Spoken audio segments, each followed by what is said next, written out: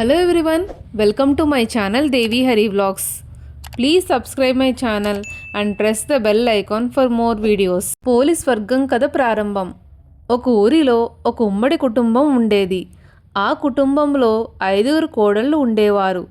వారిలో చిన్న కోడలు పోలికి దైవభక్తి ఎక్కువగా ఉండేది. కానీ అది ఆమె అత్తకు అసలు నచ్చేదే కాదు. తనంతటి భక్తురాలు వేరొకరు లేరని అత్త అనుకుంటూ ఉండేది. అందుకే ఆమెను తక్కువగా చూస్తూ తనను అనుసరించే మిగతా 4 కోడళ్లతో పూజలు వ్రతాలు చేయించేది. కార్తీక మాసం రాగానే అత్త తన చిన్న కోడలను మినహా మిగతా వారందరినీ గుడికి తీసుకెళ్లేది. చిన్న కోడలు కార్తీక దీపం వెలిగించుకునే అవకాశం లేకుండా ఇంట్లో ఏ పూజా సామాగ్రి ఉండనిచ్చేది కాదు.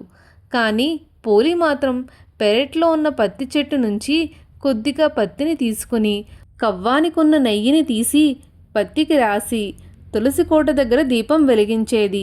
నియమనిష్టలతో పూజ చేసేది. ఆ కార్తీక దీపం ఎవరికీ కనిపించకుండా దాని మీద బుట్ట బోర్లించేది. ఇలా కార్తీక మాసం అంతా చేసింది. మార్గశిర పాడ్యమి రోజు రానే వచ్చింది. ఆ రోజు అత్త తన కోడళ్లతో గుడికి వెళ్తూ పోలికి తీరిక లేకుండా చెయ్యాలని ఇంట్లో పనులన్నీ చెప్పి వెళ్ళింది.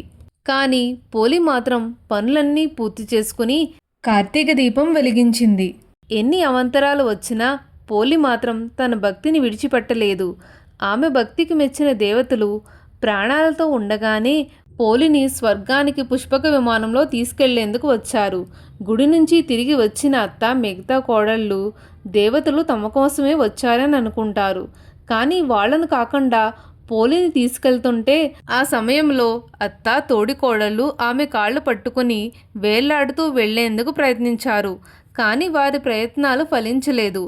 కల్మషం లేని పోలికి మాత్రమే స్వర్గలోక ప్రాప్తి ఉందని చెప్పి దేవతలు వారిని విడిచిపెట్టి పోలిని తీసుకెళ్లారు. ఈ కథ నీతి: భగవంతుని ఆరాధనకు కావాల్సింది సంపద, ఆడంబరం కాదు, కేవలం స్వచ్ఛమైన మనసు, నిజమైన భక్తి మరియు శ్రద్ధ మాత్రమే. ఈ వీడియో మీకు నచ్చితే please subscribe to Devi Hari vlogs and thank you for watching.